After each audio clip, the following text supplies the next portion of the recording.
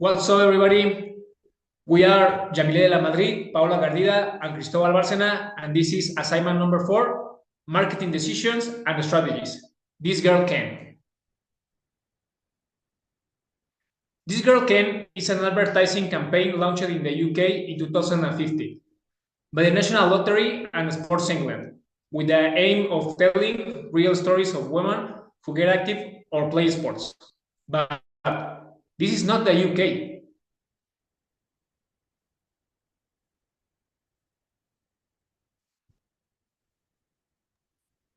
Okay, so we have established that this is not the UK. We have very different resources and abilities to make sure that these strategies can happen. So how can we adapt these strategies for them to work in Mexico? Considering the fact that we have very, very, very various socioeconomical levels, we wanted to adapt three main ones. The first one was Fit Got Real, that they adapted in the UK, but we will make it, we'll give it a twist. With this, we will want to highlight the inequalities that Mexican women face in sports, but also in real life, including different backgrounds. For example, the Fit Got Real was including women of color, women that participated in minorities, and certain races, and all of those factors. So in this campaign, we want to use Fit Got Real Mexa version. These will include all kind of real women getting their exercise done. For example, the people that pull and get their franchises open, the ambulance sellers. We will also want, for example, there's the athletes that called the Taramara that run in sandals. We want to make sure that all of these different types of exercises from the daily life are included in these types of projects, and that can be seen as an example on how to get your exercise done in your mundane life. So, for example, we want to include this in TV commercials, in open TV specifically, that government can push these commercials or these types of advertisement to a broader spectrum of people and women, specifically targeted to women that are not that do not have access to private services, or that are in a lower earning class, so that we can actually start promoting exercise from the roots upwards.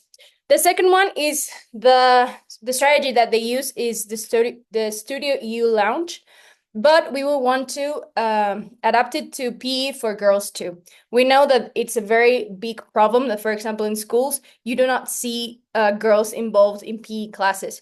They're often told that they have to do certain sports, or that they can skip these types of activities because they're not related to women.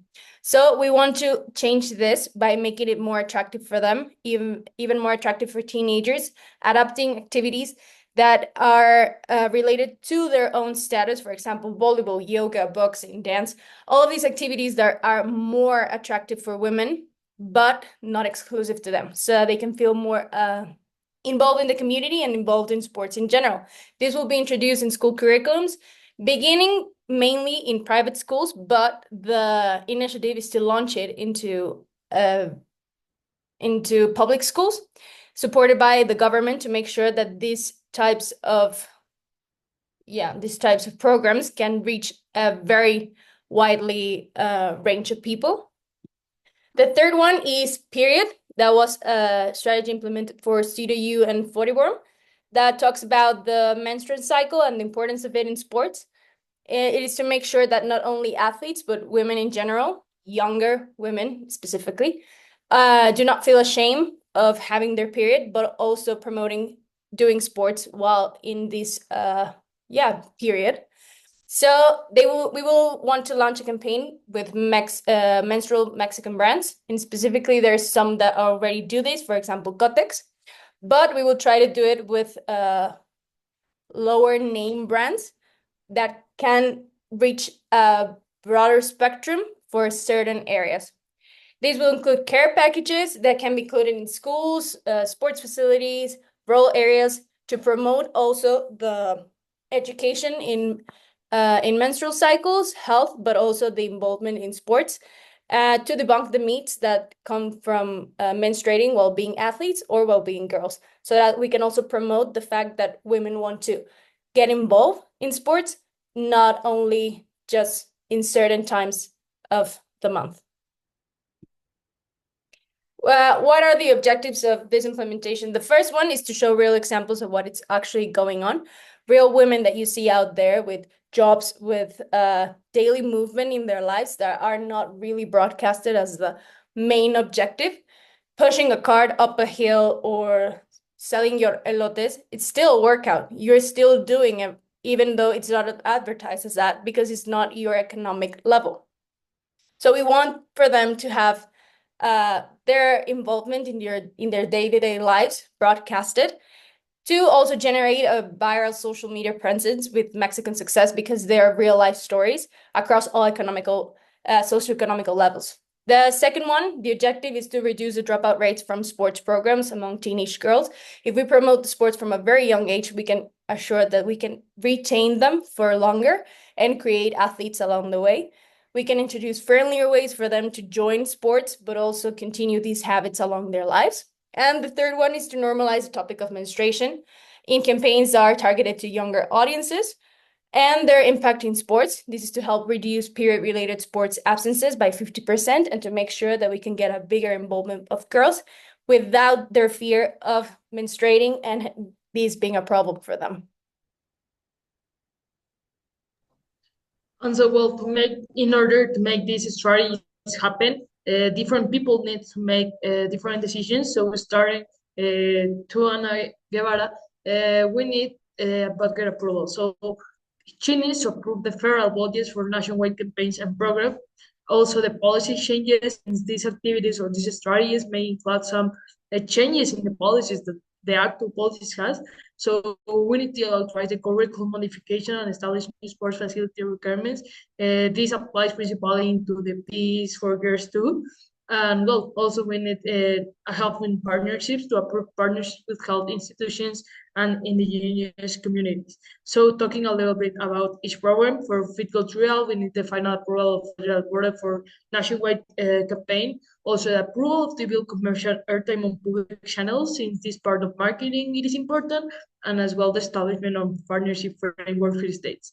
Talking about the Peace for Girls too, we need approval of the CONADE, also the authorization of the curriculum modifications, principally with and the public allocation for the teacher programs. And finally, in the period program, we need the approval of the federal budgets for the menstrual products and as well as the policy changes for these sport facilities. And so, well, the project leader also have some responsibilities or some things to do, especially the strategy development that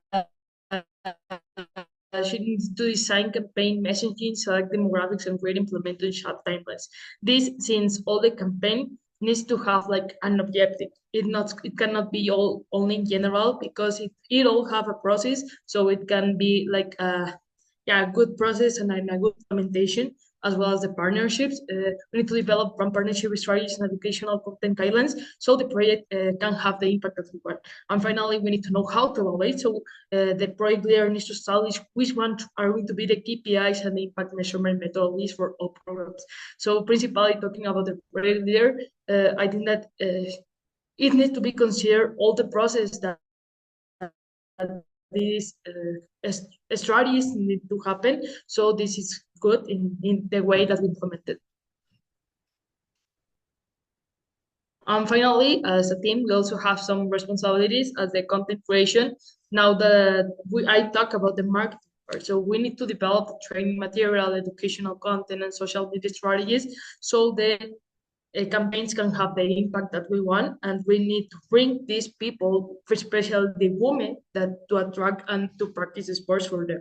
Also, the local implementation, select local ambassadors, especially like in each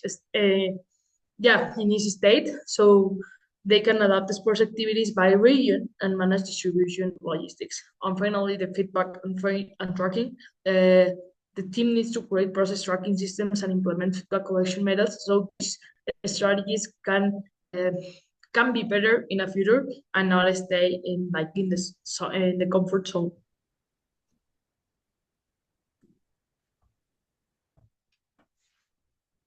Okay, for the potential threats, what would be the biggest threats to these strategies? For the first one, political and administrative. Changes in federal sports administrations, budget cuts, over-relocation, resistance from traditional sports institutions, bureaucratic delays, and implementation. For the second one, implementation, uneven adoption across different states, lack of coordination between federal and state levels, inconsistent quality of implementation, limited infrastructure in rural areas. For the social and cultural, regional variations in cultural attitudes, resistance from conservative communities, excited gender stereotypes in sports, family opposition in traditional communities. And the number 4, economic.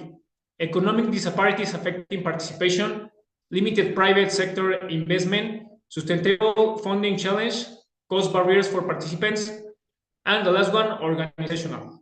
Coordination challenges across 32 states, training and capacity building needs, monitoring and evaluation difficulties, maintaining program consistency, and nationwide.